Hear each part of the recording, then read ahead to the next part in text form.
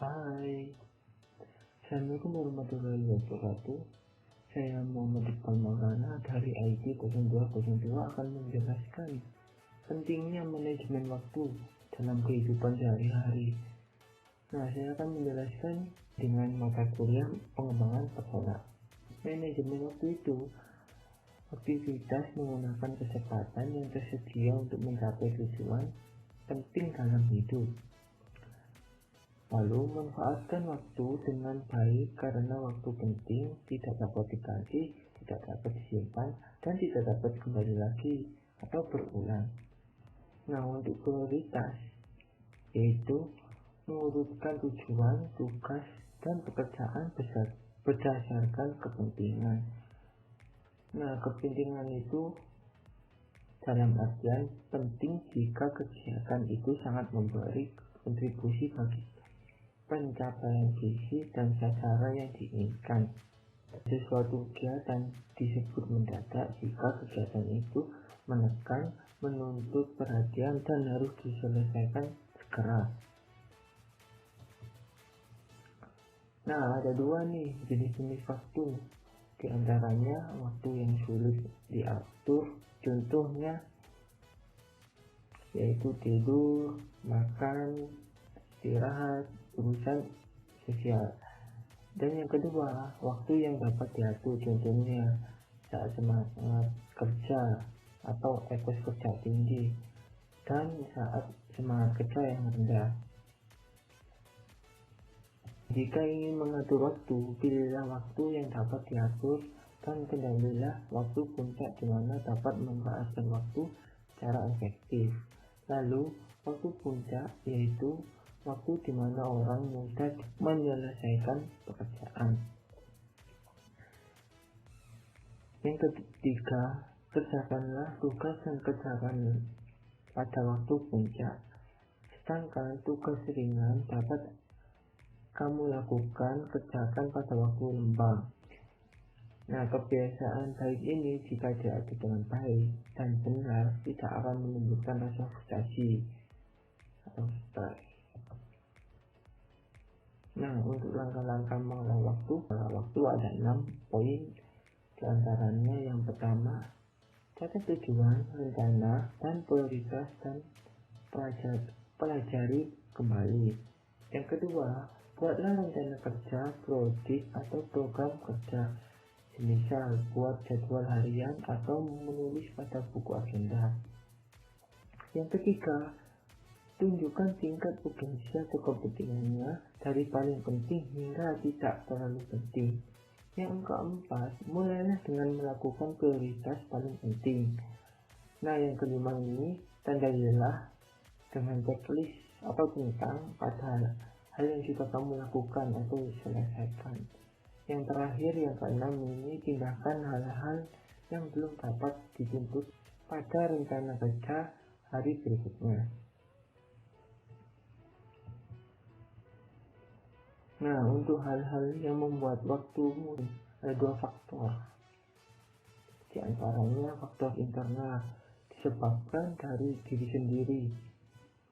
Misal contoh melamun, terus contohnya menonton TV, bicara panjang lebar di telepon, terus main game, terus cek media sosial, terus cek Shopee. Faktor eksternal, faktor yang kedua disebabkan dari orang lain atau lingkungan sekitar. Contohnya teman-temannya suka nongkrong terus sampai malam, terkadang sampai malam sama teman-teman main game, terus berbicara tanpa tujuan dengan teman-teman.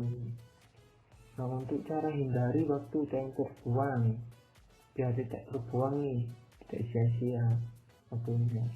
Di antaranya, pertama, evaluasi kembali tujuan, rencana, dan prioritas.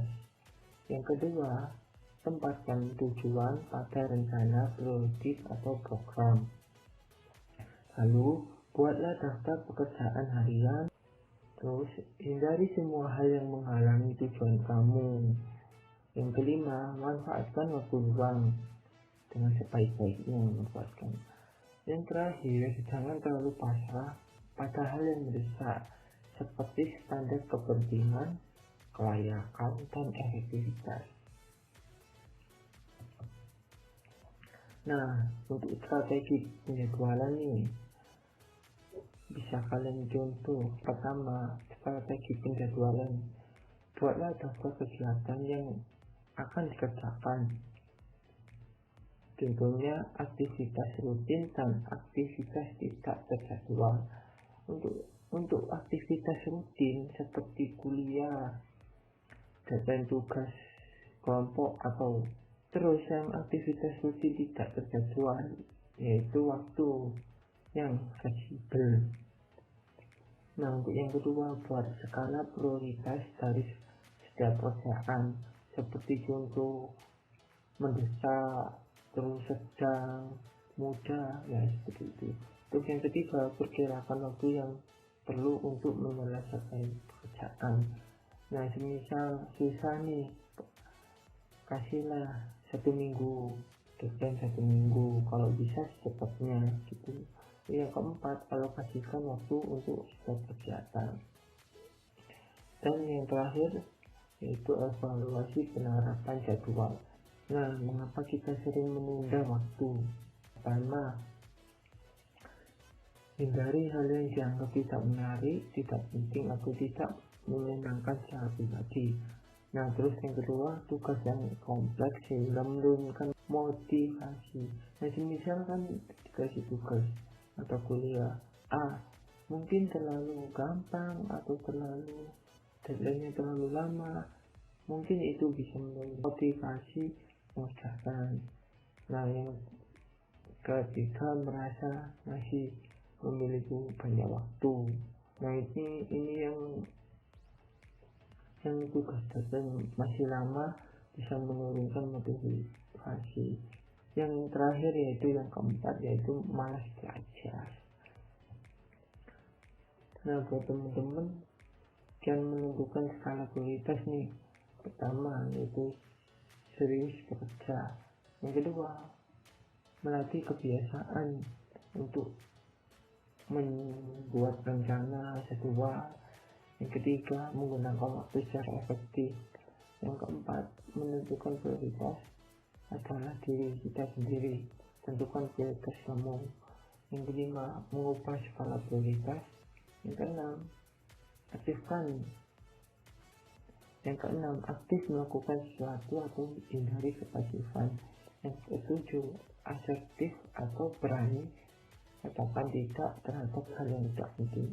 Dan yang terakhir, gunakan agenda untuk menggunakan waktumu dengan baik.